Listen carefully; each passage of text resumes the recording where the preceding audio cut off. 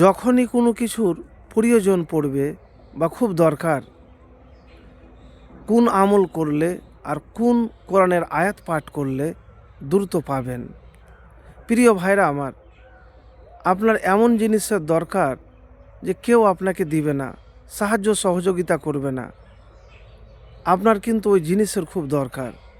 তো প্রিয় ভাই, যখনই আপনার কোনো প্রয়োজন পড়বে এই আমলটি করুন। আর এই আমলের কথা এই জন্যে বলছি, এই ইসমে আজম পড়ে আল্লাহর কাছে যদি চান, আল্লাহ রাব্বুল আলামিন আপনার দোয়াও কবুল করবে, আর আপনি যা চাইবেন আল্লাহ রাব্বুল আলামিন দিবে। কিন্তু শর্ত রয়েছে ভাই, আপনাকে প্রথমে মুমিন হতে হবে, মুত্তাকি হতে হবে। মুত্তাকি হলে আপনার আমল কবুল হবে, দোয়া কবুল হবে। তো প্রিয় ভাই আমার, সর্বপ্রথম ইসমে আজম উজু করবেন, তারপরে ইসমে আজম পড়বেন। তো তার আগে দুরুদ শরীফ পড়ে নেবেন। কেন দুরুদ শরীফ পড়বেন? দুরুদ শরীফ না পড়তে গেলে দোয়া কবুল হয় না। কেন?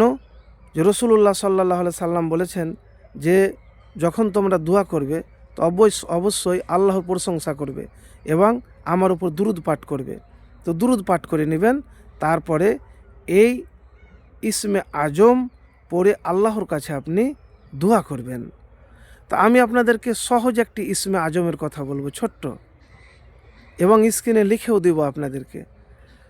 আলিফ লাম মিম, আল্লাহু লা ইলাহা ইল্লা হুয়াল হাইয়ুল কাইয়ুম।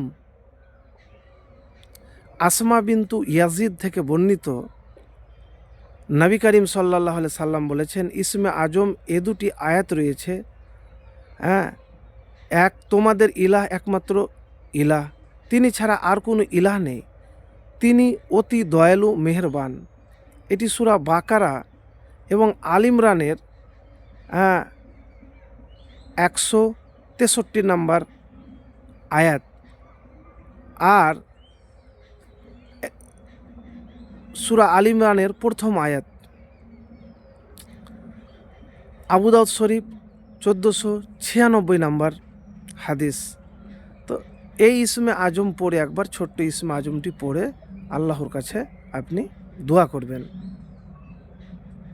তারপরে আপনার চলাতে ফিরাতে, উঠাতে বসাতে, মনে মনে বা চোখ বন্ধ করে পবিত্র অবস্থাতে ইয়্যাকা না'বুদু ওয়া ইয়্যাকা নাস্তাঈন, ইয়্যাকা না'বুদু ওয়া ইয়্যাকা নাস্তাঈন আপনি বারবার করে পাঠ করবেন। কিন্তু মানে জেনে নিন, মানে জানতে গেলে, অর্থ জানতে গেলে আপনি কি বলছেন বুঝতে পারবেন। খুব কাঁদো মাদো হয়ে আল্লাহর কাছে আপনি চাইবেন, ভরসা করবেন। ভরসা যদি না থাকে কিছু পাবেন না ভাই। তো ইয়্যাকা না'বুদু ওয়া ইয়্যাকা নাস্তাঈনের মানে হলো, হে আল্লাহ, আমরা তোমারই ইবাদত করি আর তোমারই কাছে সাহায্য চাইছি। মনে মনে বলবেন যে আল্লাহ, তুমি ছাড়া কেউ নাই, তুমি যে আমার মালিক, তুমি যে আমার রব, আমি তোমার বান্দা, পাপী বান্দা, গুনাহগার বান্দা, আল্লাহ তুমি আমাকে দাও।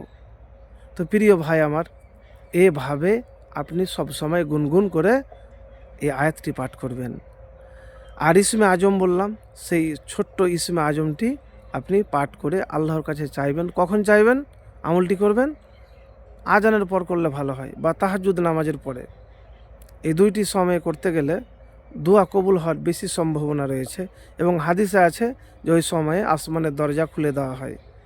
তো ভাই আমার, বন্ধু আমার, একবার করে দেখুন, আপনার যে প্রয়োজন আছে যে জিনিসের, ইনশাআল্লাহ আল্লাহ পূরণ করে দিবেন, ইনশাআল্লাহ।